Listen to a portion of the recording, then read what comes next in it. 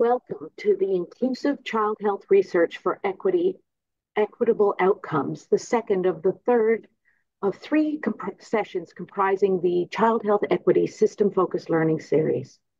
I'll begin today by acknowledging that Children's Healthcare Canada operates on the traditional and unceded territory of the Algonquin Anishinaabe peoples. We recognize and deeply appreciate their historic connection to Ottawa. Today, Ottawa is home to Indigenous peoples from across Turtle Island. Children's Healthcare Canada is committed to working towards forging new and deepening existing relationships that include First Nations, Inuit, and Métis people, and is grateful for the opportunity to share this land as we work to measurably improve children's health outcomes from coast to coast to coast.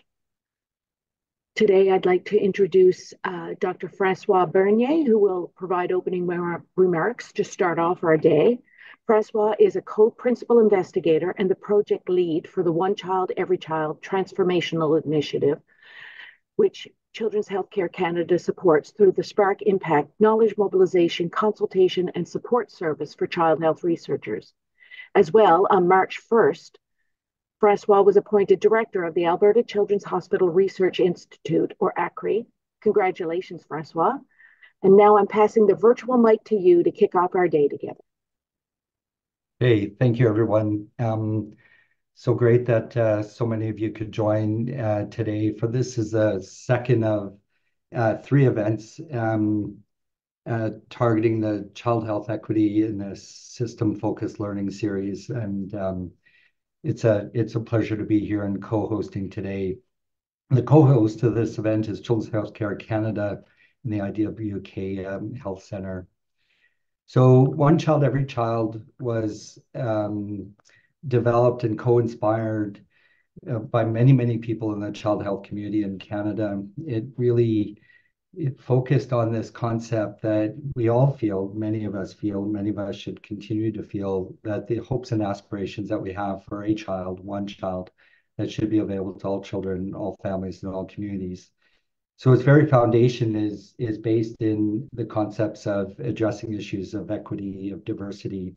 And the speaker series is a direct testament to that commitment. As part of our project, which is 7 years of funding, federally funded through the Canada First Research Excellence Fund with so many partners, including many of the research institutes in Canada. Obviously, Children's Healthcare Canada, Inspiring Healthy Futures are major partners in our work, and so many community partners. One of our action plans or our call to action in this is, as we spoke about, an EDI action plan, and I expect you're going to be hearing from Dr. Bukola Salami on this topic, who is leading the development of this action plan. But also we embedded within the concept of One Child, Every Child, a parallel paths approach to Indigenous engagement, Indigenous autonomy, and Indigenous focused research. And a parallel paths approach, and there's a path with an S. It's hard sometimes for my French to pick up the S, but the Indigenous path focuses on Indigenous scholars working in Indigenous communities with the autonomy and respect deserving of these communities to lead projects and opportunities that are relevant to those scholars in those communities. So that's the Indigenous path. You can't speak about an Indigenous path in our project without acknowledging there's a non-Indigenous path. And in the Cree language, that was a Mistikosoak path. And that Mistikosoak path works in parallel, side by side, with the Indigenous path, co-enabling, co-learning, co-supporting each other. So in that context, I acknowledge that I'm in Calgary today. It's a beautiful snowy day, so I'm on the traditional territories of Treaty 7, and the Métis Nation has presence and history in the Calgary region, which I deeply respect. And it's been a privilege actually to not only thrive academically, but personally, and raise my family on these beautiful lands. So as I mentioned earlier, this is the second in a series of three discussions focused on child health equity. Earlier this month, there was a phenomenal inaugural series event titled Delivering Equity in All Child Healthcare Services. So there's the list of them. And then part two today is Inclusive Child Health Research for Equitable Outcomes. Without further ado, I'll get out of the way and let our speakers take over. And my first introduction is to someone I've deeply come to respect as a scholar, as an advocate, and as a champion for equity and diversity and Black health, and that's Dr. Bukola Salami. And she holds the rank of full professor in the Department of Community Health Sciences, Cummings School of Medicine here at the University of Calgary. And just recently appointed and very proud holder of the Canada Research Chair, CRC Tier 1 in Black and racialized people's health. And Bukola has so many passions in the world, and I can't wait to hand this off to her. Look her up. She has a significant bio and a significant presence available on our websites and also online, and follow her. She has a tremendous voice and a lot to say. So Dr. Salami will be discussing centering equity, diversity, inclusion, and infusing intersectional theoretical lens into child health research. Thank you, Bukola. Thank you for having me.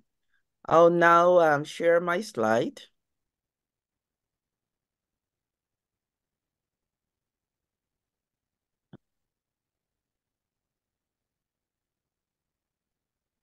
So Francois has already spoken briefly about One Child, Every Child.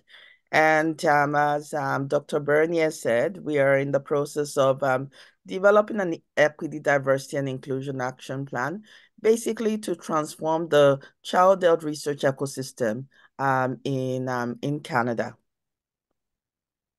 So as was stated, I'm EDI lead for One Child, Every Child. I'm also a professor at the Cummings School of Medicine, University of Calgary. So I'm currently located in Treaty 7 territory, and it's a land of the Blackfoot Confederacy, including the Siksika, Piikani, and Kenai First Nation, the Tsuut'ina First Nation, and the Stoney Nakoda First Nation, including the Chiniki, Bearspore, and Goodstoney First Nation. The city of Calgary is also home to Métis Nation Alberta. And I reaffirm my commitment to work in parallel path with Indigenous people to achieve equitable outcomes. So within our One Child, Every Child, we do integrate parallel path to really promote Indigenous self-determination in everything that we do.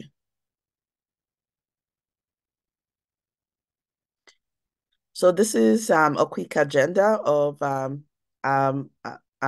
what we'll be talking about today.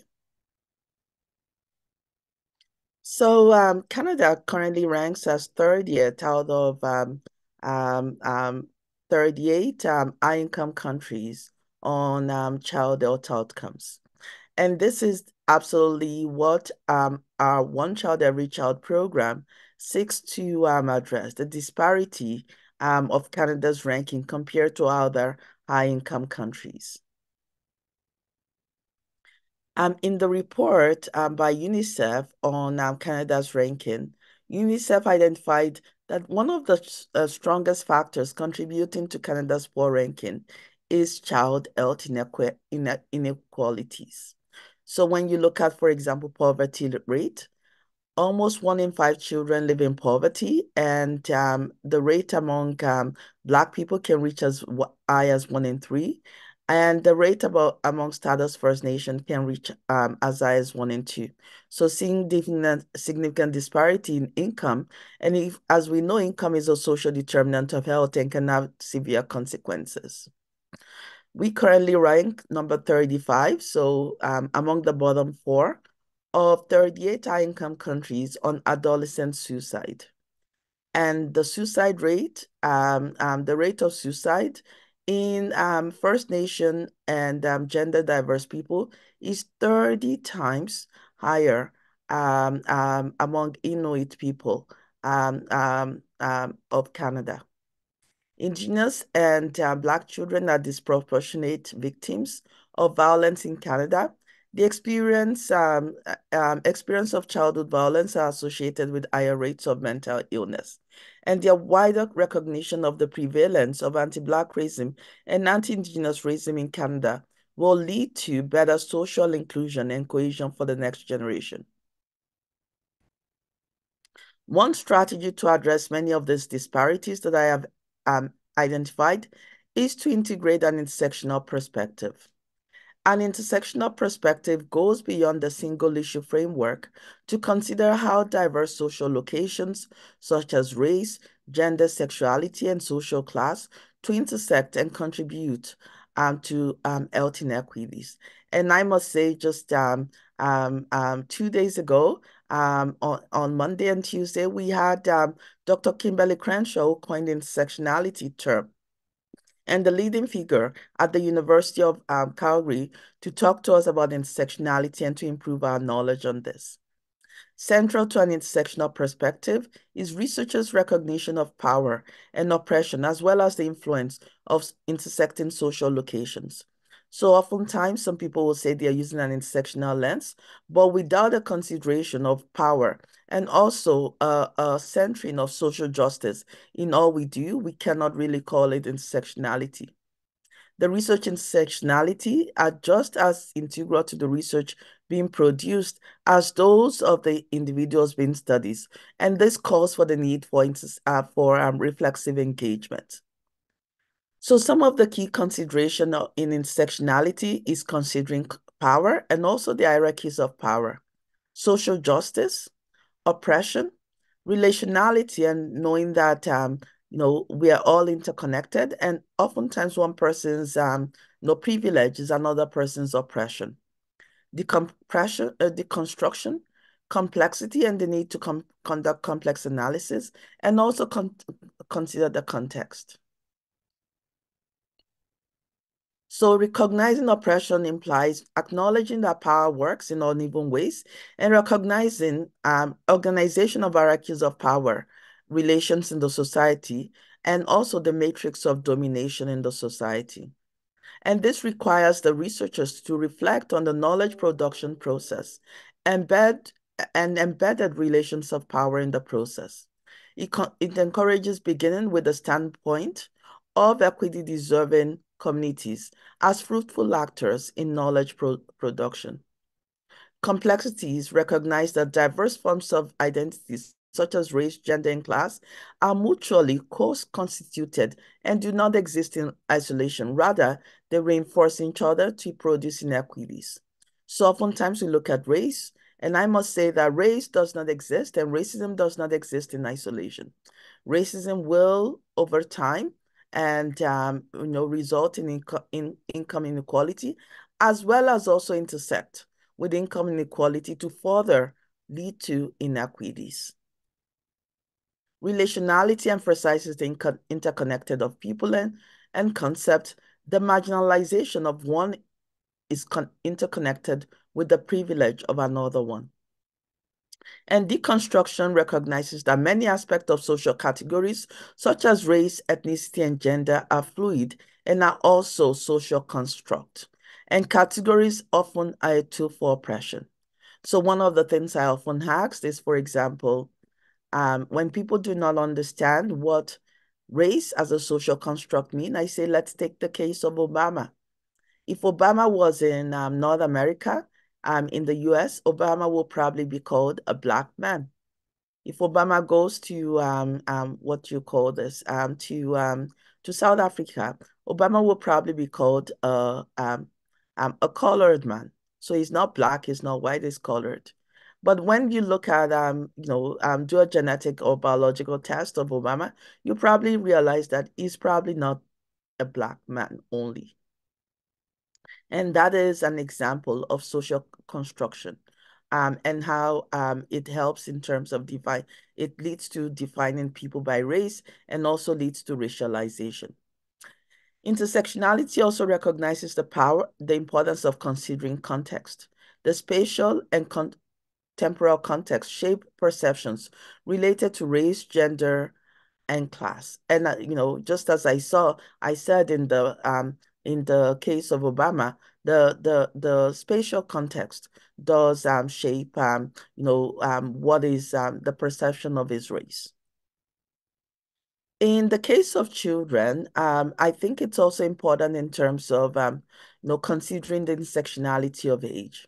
So in many countries, there's an age of consent for participation in research. And for many, 2Ls LGBTQ2+, they're intersecting social location as children and youth, and also the identity or sexual orientation may predispose them to risk if they are outed.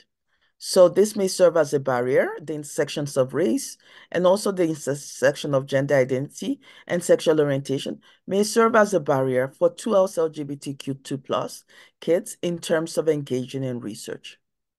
We also know that the United Nations Convention on Rights of the Child emphasizes the need to have the voice of the child represented in all aspects.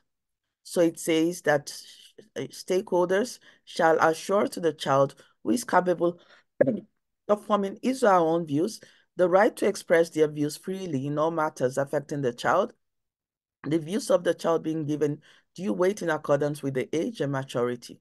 However, oftentimes when researchers collect data, they do not often collect data on children. They often collect data on parents. So the voices of children is often missing in many of the research data. So we did a study to look at intersectionality in the context of COVID-19. And I just used this to sort of help in terms of getting a better understanding of intersectionality.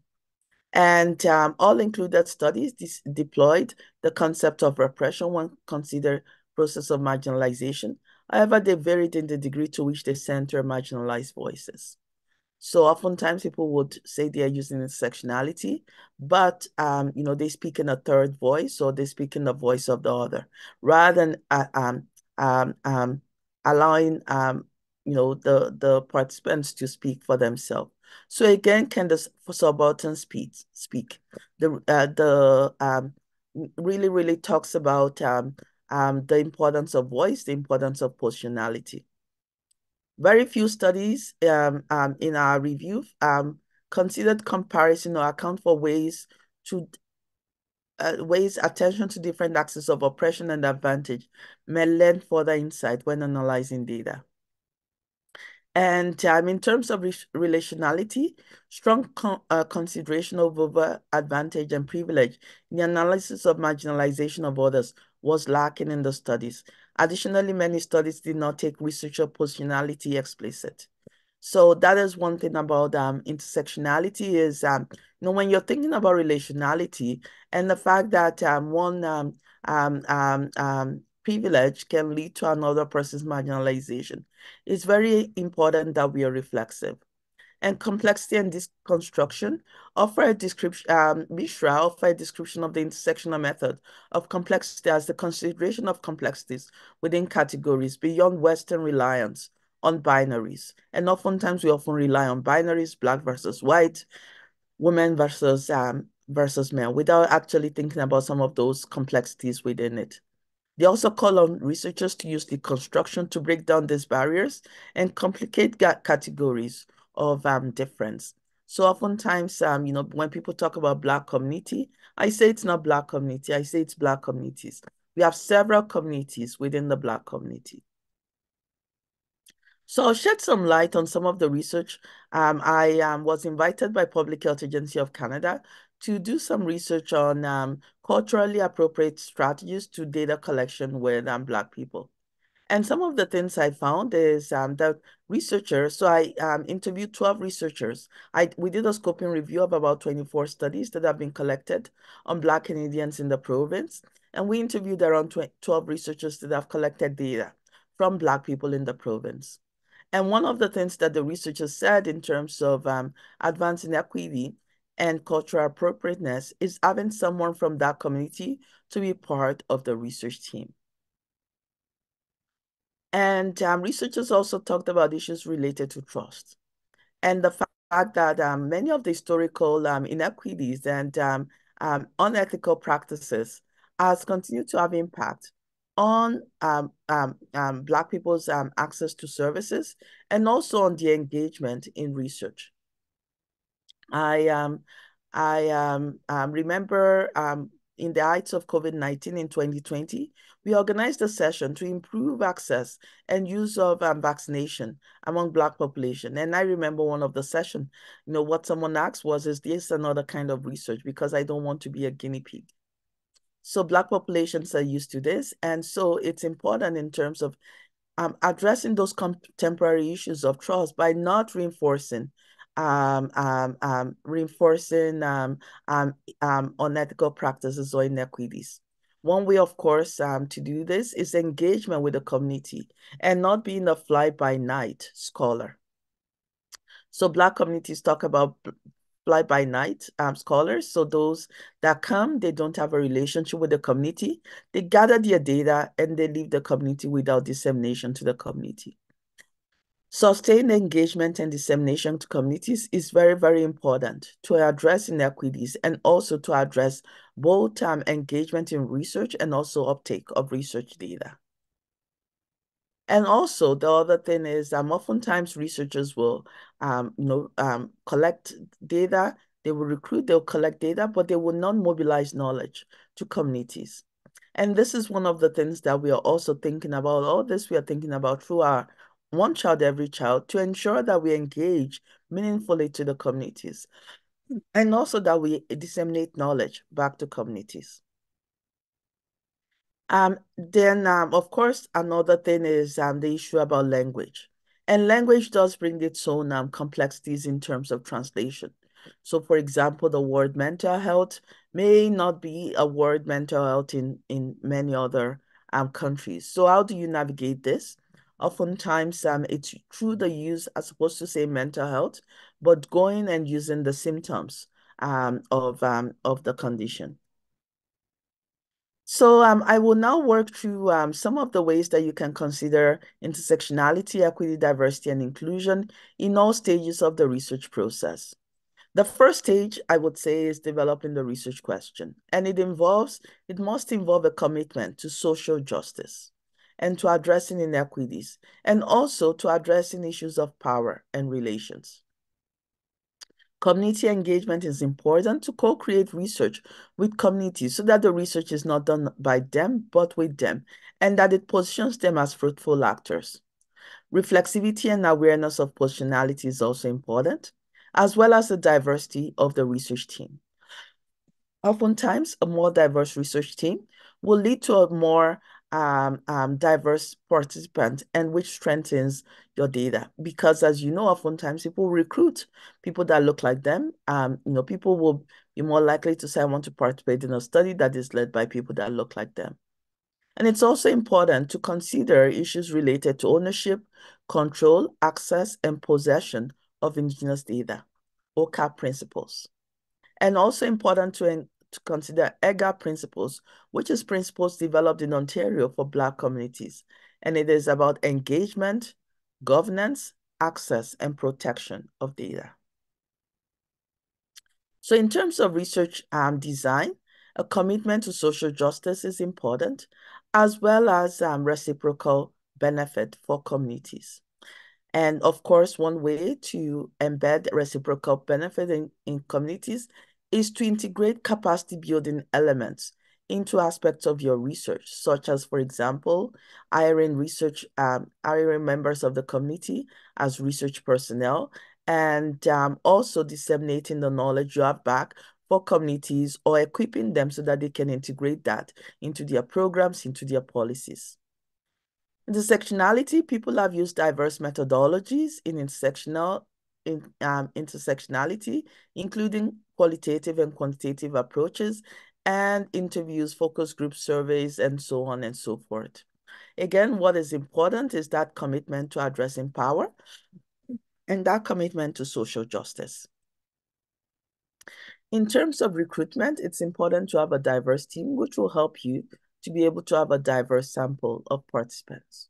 So how I often do is, for example, if I want 20 participants, a way that you can do it is you can get one person to help you recruit the 20 participants, but they would usually recruit people that look like them. So if you come to me and ask me, help me recruit participants, I'll probably recruit a bunch of middle class and Black women. And it's the same thing if you have a project that it's all white women, they will, you'll probably have all white women recruited. A way to do that, even within the Black communities, to have a diverse sample is to have diverse people recruiting for you. So for example, let's say you want to recruit 80 Black people. Instead of having one person do the recruitment, and then in that way it's homogeneous and leans towards the social locations of that person. You may consider, having 8 people and each having, recruiting 10. In that way, you diversify your sample. Recruitment from community agencies, and as I said, having multiple recruiters. And I've also in the past, recruited from grocery stores, just recruiting in front of a grocery store. I've recruited from a sports event. And I know some of my trainees that I've recruited also from churches.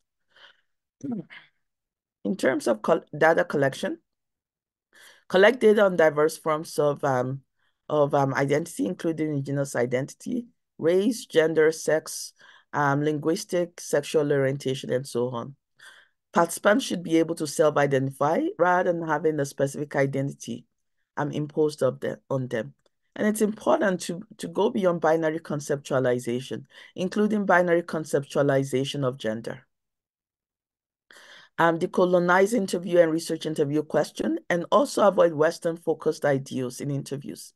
And it's important for us to examine our social location and be reflexive in terms of our engagement. So in what way are my perceptions, my awareness, my bias, and my social position influencing the research process, and taking time to actually address, some of those influences. And also coming from a strength-based perspective, right? And capitalizing on the strengths of communities as fruitful actors. And also, inclusivity is important, such as little things like, ensuring the meal is appropriate. So, some populations may want kosher meals, some may want halal meals, some may want vegetarian. I have been in sessions in the past where I go for interview with Muslim women, and I've had to wait sometimes to allow people to be able to pray. So avoiding prayer times. Interpretation and translation services for those that do not have sufficient language interpretation skills in the predominant language of the population. And also ensuring plain language, honorarium, and giving childcare, especially if you're engaging parents, transportation, and accessible venue. So I have some sample questions, but I'll skip it. But you can, there's some questions that you can use. Kai-Hai has questions related to collection of race-based data. And if, you are interested, I can always share with you my questions related to other variables. So in data analysis, segregate your data by different intersectionalities, and also consider how diverse identities may influence your results. And quantitative data analysis may include consideration of interaction effect as well as multimodal analysis, and examining reflexivity through it. And I would also say the need for comparison in terms of the data. In terms of knowledge mobilization, prioritize knowledge mobilization to communities. So oftentimes we do our publication and we think, no, and we think, yes, all it's done. I would say first, it's important to first mobilize knowledge to communities. And also ensuring equity, diversity, and inclusion in your publication. So in what ways is your writing reinforcing inequities? So for example, if you're writing and providing data, of course, Asia, A, is before white. So why is it always that oftentimes researchers write white first before other categories, even though there's no scientific reason to do so? Situate findings and reflect on systemic racism and other systems on inequities that can be relevant, and always consider intersectionalities of diverse social locations. That race or gender does not exist in isolation, but it intersects with other social locations. So race may intersect with gender, it may intersect with class, and it may intersect also with with physical location, rural or urban. So thank you very much for this. Thank you, Bukola. We've heard a lot about the importance of intersectionality, taking that lens to center equity, diversity, and inclusion, the importance of data that captures and reflects who we are researching and or serving, and how we are doing that in a way that addresses all those principles that Bukola talked about, including power and balance and other areas.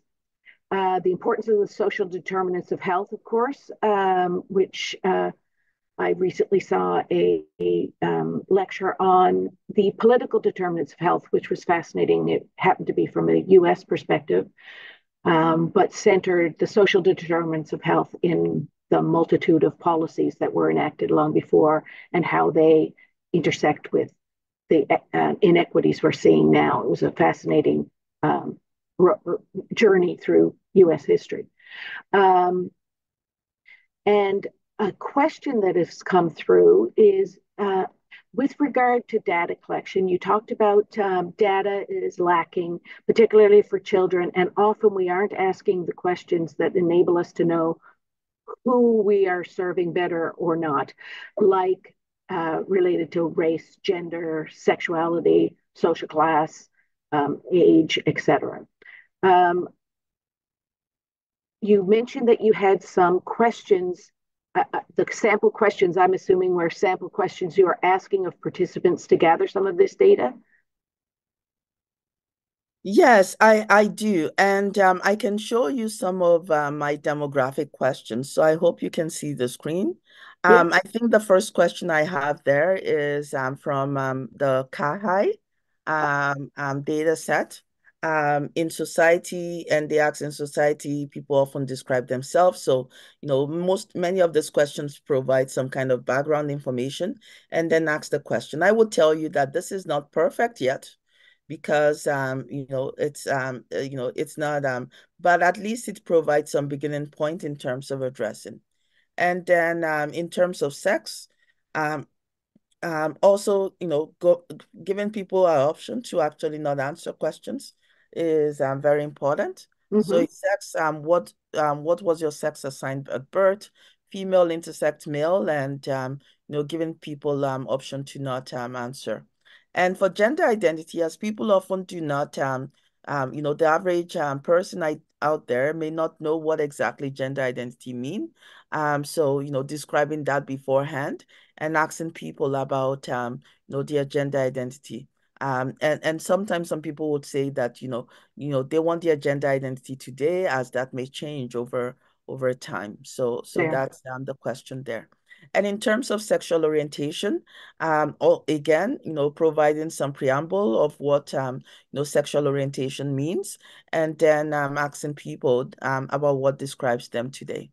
And accessibility, and I can send this question according to defining what disability means, because some people may not consider their specific situation a disability, and then providing some of the questions there.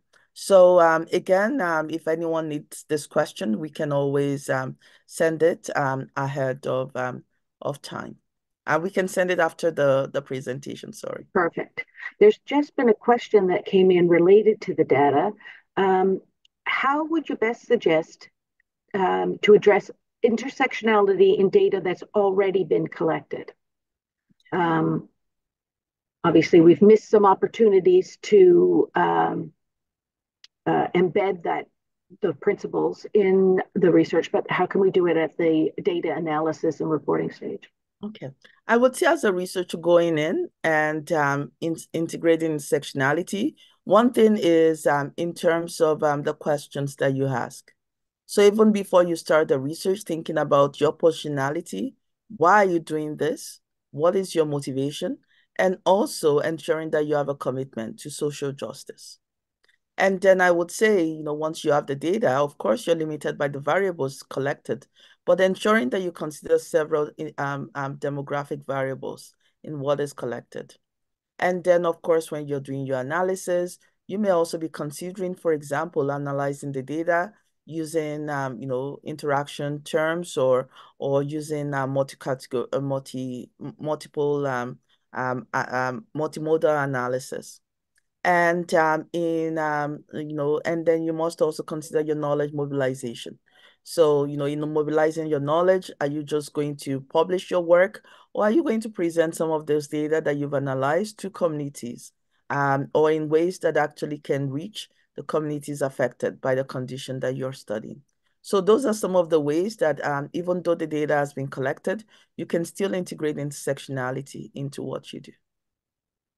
Wonderful. We've got a number of comments that have come through. Lots of praise, Bukola, for your talk, and gratitude for sharing your knowledge with us. Somebody else mentioned that the Knowledge Institute's knowledge mobilization toolkit may be helpful in the knowledge mobilization efforts, and that we can drop a line. I think the link to the toolkit has been dropped by Amy Porath into the chat box. I absolutely agree. And we do have DORA principles too. So, thinking about knowledge mobilization, and I think many of those knowledge mobilization toolkits sort of discusses how we may be able to mobilize knowledge that is, beyond the traditional, publications. So how are we ensuring that communities that are impacted receive those information? There's been another mention of Our Kids Health, which is a online and social platform for translating culturally and linguistically the questions asked by a variety of different families or partners or youth, translating and culturally interpreting those answers delivered by a member of the particular community for and with that particular community. And they have a series of, I think there's at least 12 communities that they are actively supporting. There is, do you have specific resources for supporting research knowledge for participants prior to undertaking the research? You mean increasing participant research knowledge? I think one of the things that we should realize is many of our participants comes from diverse diverse social locations, diverse levels of understanding. I think plain language is what I would say in terms of engaging with participants, and it's always also good to have community members and community leaders engaged, because they can help you to bridge those sort of research academic gap and also support you in terms of navigating your ways through communities. So that would be one of my broad suggestions. I also imagine that having members of the community involved in the research, including the review of those questionnaires or even the knowledge translation products, the language that you talked about that was so important in terms of coming from either a Western lens or even just a different lens, where language means different things and responses to certain words are different than in other I absolutely settings. agree. I remember when I first did a research study on mental health of Black children, African immigrant children. The first thing is I went to the community leader, and I did some interviews with community leaders, and they told me, this one that you're asking about mental health, please change it. There's nothing about mental. It's either you're mad or you're okay. They said, one of the things that you can do is change it to the symptoms. So people may not understand the word mental health, but then when you start asking them things like, are you sleeping well? Are you eating well? And how are your relationship with other people? Is it going well? Then, they may be able to start discerning what, mental health challenges may be like. So that's some of the things. And as you said, when you engage communities, so I often engage them prior to, doing the research study. they may be able to provide you with wonderful insights. So, for example, I did a study on mental health of Black youths, and before the study, I just wanted to look at mental health of Black youths during COVID. And the youths are like, no, we were also experiencing another thing. So basically, you're already sort of testing what you're going to get in the field by engaging people that are concerned in developing the research question. And they're like, put a question there about Yeah. COVID-19, the impact of COVID-19. And just by putting that question, then we were able to actually,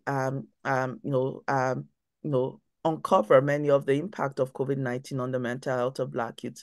And as you said, integrate. They can help refine the question. They can help suggest data collection tools. They can help suggest ways in terms of recruitment. They can also help you suggest ways in terms of knowledge mobilization.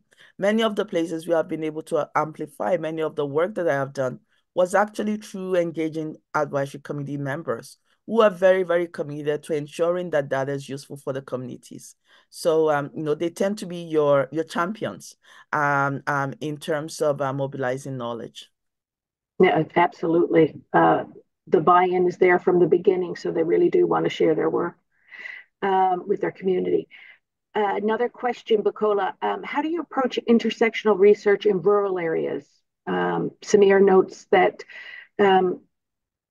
reach in urban areas is, including city, is convenient. How do we do it in rural areas that are less accessible and less diverse?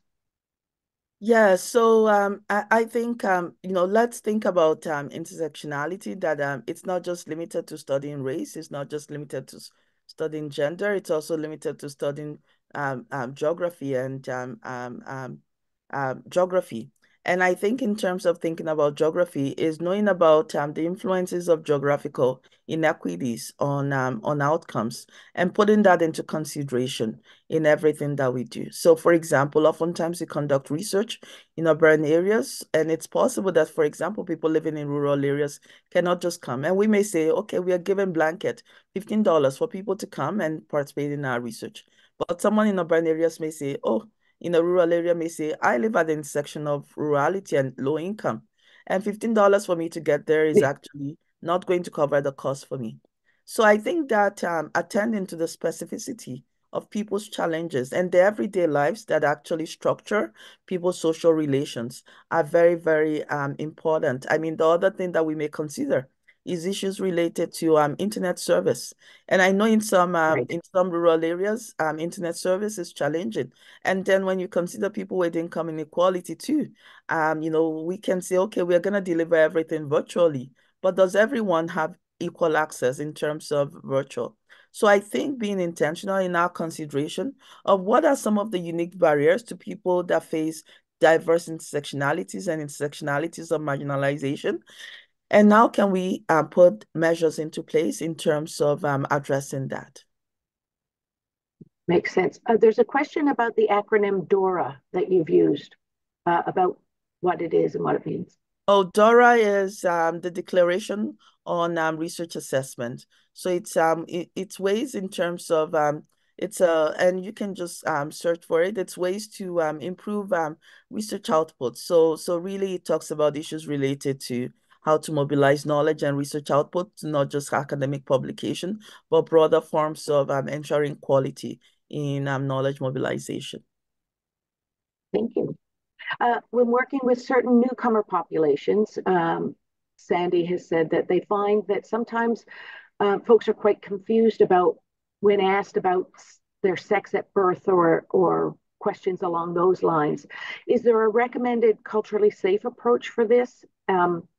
I imagine one piece is ask the community that you're serving how to ask the question. But are there other principles that we should follow?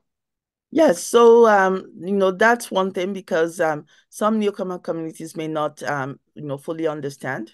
And some of the words that we deal with too, what people, for example, may see as gender in some is still very binary as opposed to diverse.